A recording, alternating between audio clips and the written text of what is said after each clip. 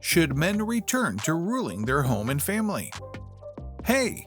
In today's video, we'll openly discuss whether men should return to ruling their homes and families as they used to in early America.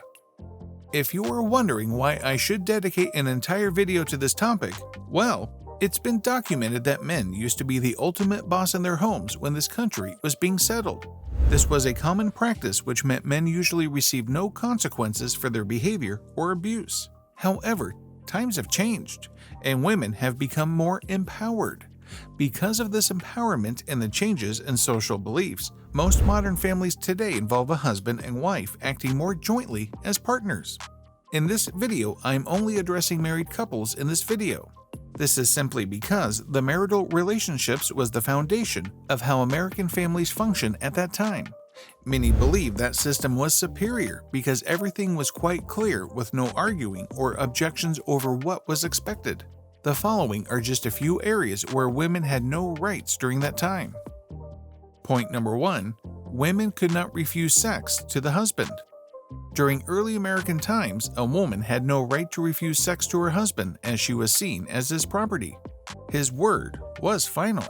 As long as the couple was married, he had the right to have sex with her whether she objected or not. Again, this was the way of life at that time. Quite the opposite in today's society. Women have the right to say no to sex with their husbands. We then began hearing the legal term marital rape. Point number 2. Women had no financial power. Another factor to consider is how most women usually cannot claim the money they had earned from their employer. Her pay was put in her husband's hands. Those who did receive their pay directly had to give it to the husband. In addition, women in the past were not allowed to have credit cards, bank accounts, or to own any property in their own name. Items such as houses, land, and other property were all put under the husband's name. In today's world, women get to keep their own money, save it in a bank under their names, invest independently, and buy property. This has given women the financial freedom that earlier generations of women lacked. But many may believe the family functioned more smoothly with the husband shouldering all responsibilities. Point number 3. Women had no parental rights after divorce. Unlike today, women at that time had no claim to parental rights upon divorce if the husband so choose. Today's society, however, has started to embrace co-parenting. Each parent has the right to be involved in their kids' lives and participate in decision-making even after divorce. What's your opinion of whether laws should be changed to allow men to rule their families as in the past? This remains a difficult question to answer, much less agree upon.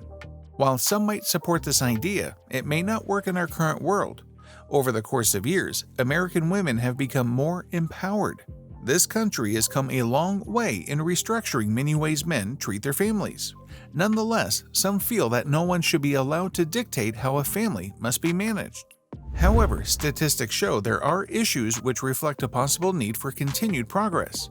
Some of these issues include various types of abuse, physical, sexual, mental, emotional, etc., parent desertion, non-sufficient or no financial support, etc.